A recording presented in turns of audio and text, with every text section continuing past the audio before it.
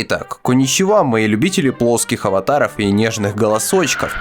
Представь, ты типичный шримп. Да-да, звучит жалко и иронично, но попробуй представить. Так вот, твой любимый стример запускает трансляцию, а ты уже сидишь и машешь своим хвостиком в предвкушении шоу. И ты его получаешь. Сидишь, веселишься, стример тоже хорошо проводит время. Но после стрима сначала ты слышишь о каком-то недовольстве в соцсетях, а потом ты узнаешь, что твоя стримерша прекращает взаимодействие с организацией в связи с шумихой. А виной всему китайцы, которые ее отменили. Да-да, ты все правильно понял. Сегодня мы разберем с тобой примеры неудачных историй, связанных с неосторожными выражениями и их последствиями из мира витубинга. Но перед этим дисклеймер. Этим видео я лишь показываю, как легко могут наступить последствия даже за необдуманные поступки и слова.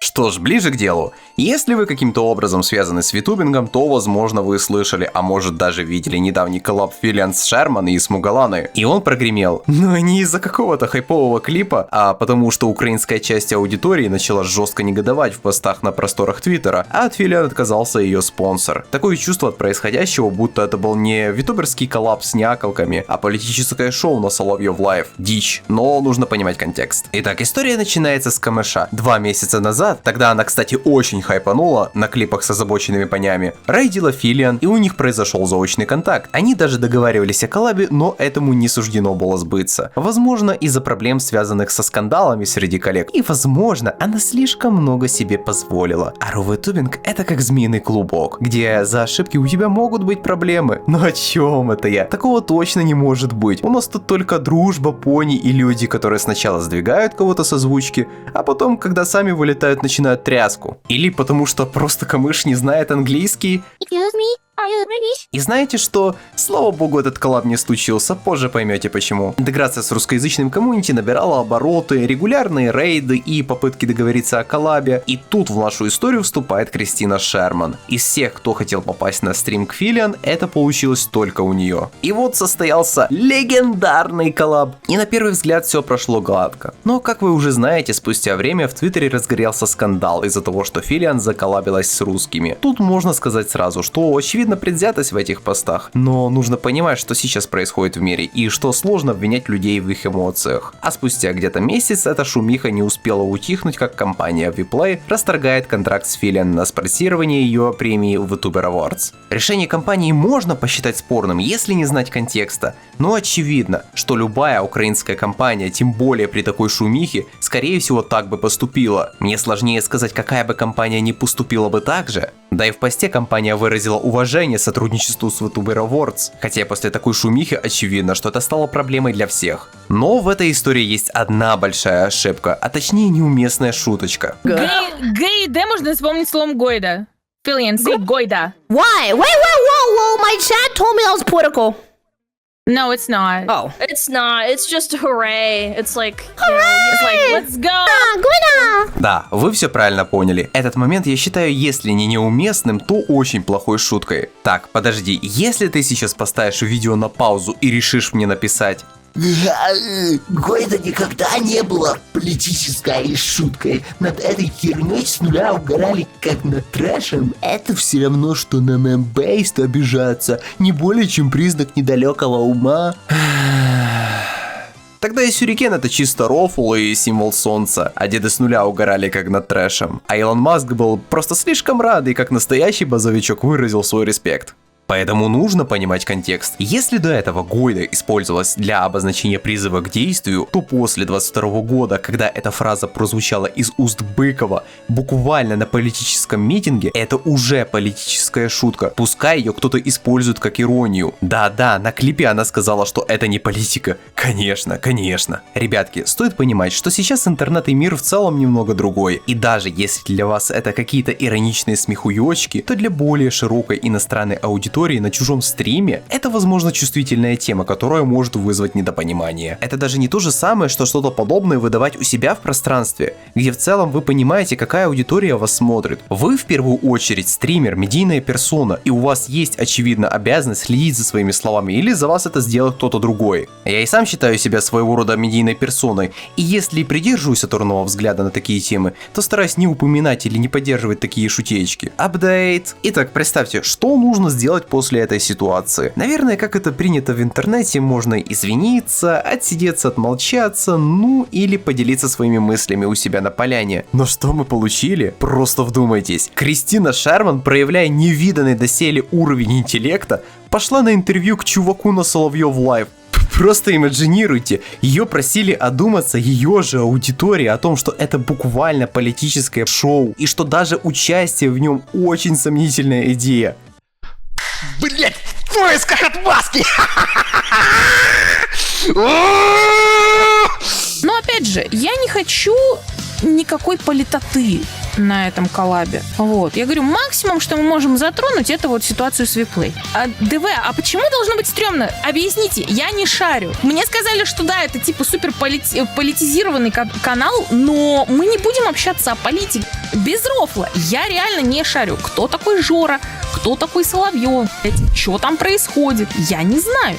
Нужно понимать, что в принципе мы уже с вами видели примеры, когда блогеры приходили в Госдуму или снимали видео о выборах, а потом оправдывались, но это не помогало. Стоит ли объяснять, как это может повлиять на последующие коллабы с иностранцами? И не будет ли из-за этого проблем? И стоит ли говорить, что сказанные на этом шоу шуточки тоже крайне сомнительны?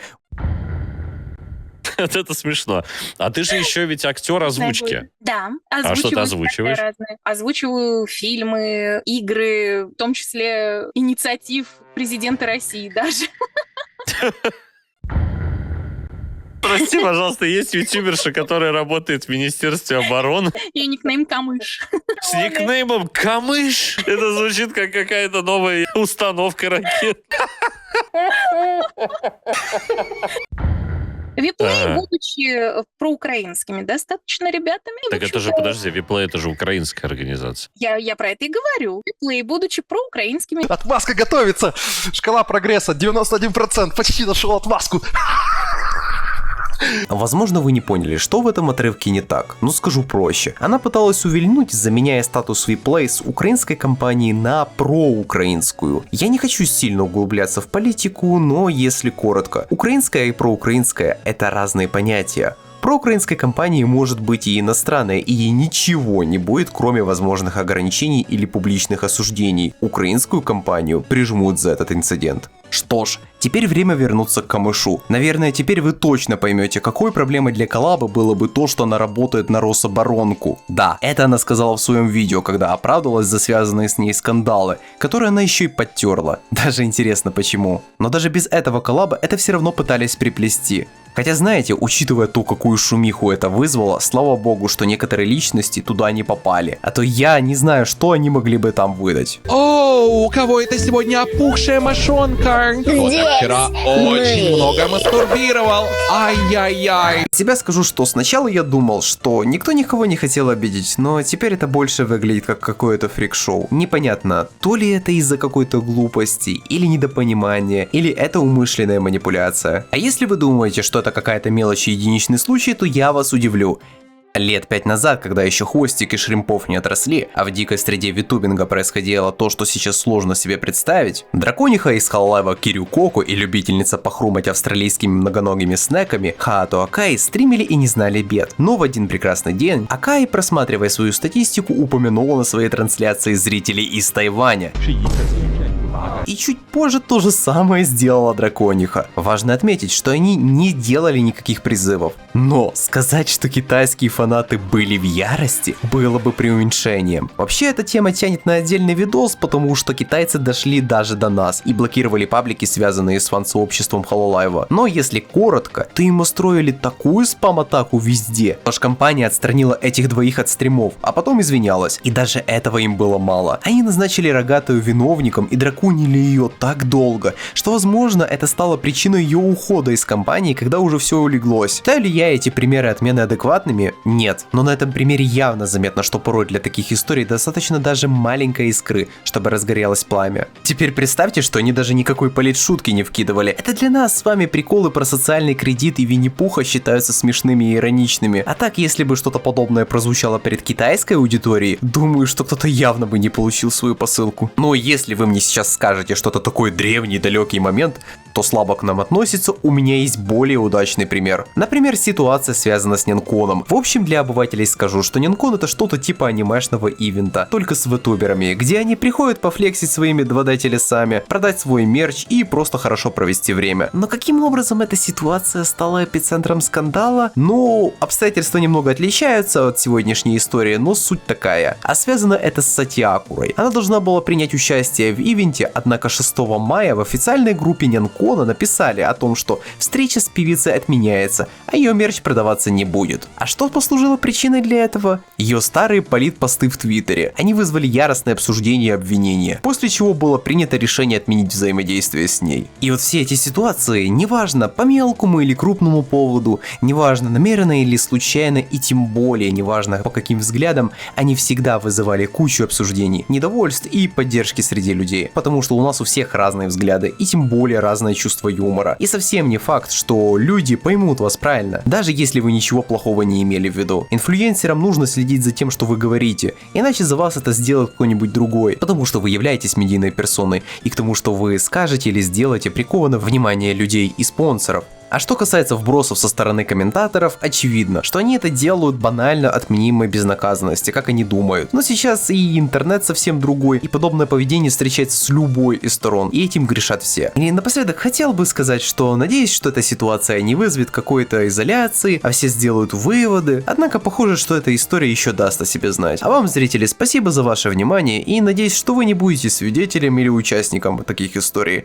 Всем удачи и, главное, помните. За что, наверное, можно в какой-то степени сказать спасибо, за то, что этот конфликт показал, из чего реально сделаны некоторые люди.